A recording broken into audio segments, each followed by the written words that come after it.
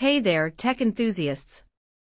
Today, we're diving into a topic that's got me pretty excited, and I think it'll resonate with a lot of you out there. We're talking about the new MacBook Neo, and why it's a game changer when it comes to repairability.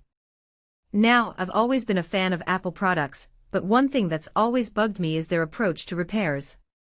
You know, the whole soldered RAM and storage thing, and batteries glued in place.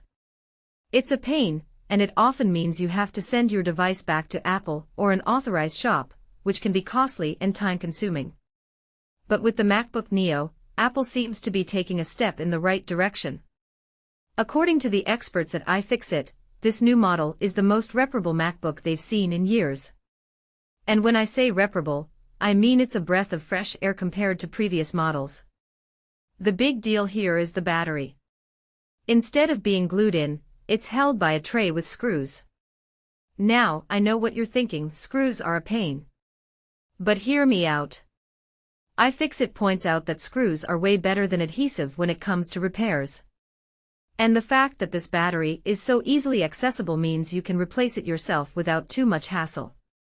And it's not just the battery.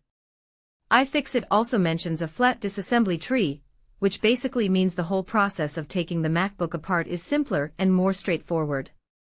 Plus, the display and keyboard are easier to replace, which is a huge plus for anyone who's accidentally spilled their coffee on their laptop. We've all been there. Now, I know what some of you are thinking, but what about the soldered RAM and storage? And you're right, that's still an issue. iFixit gave the Neo a repairability score of 6 out of 10, which isn't perfect. But for a MacBook, they say that's pretty good. And the fact that the parts that are most likely to fail first are now easier to reach is a huge step forward. This new direction from Apple is a response to the criticism they've faced over the years. You might remember the 2012 Retina display MacBook Pro, which was a real pain to repair. iFixit gave that model a dismal 1 out of 10 score.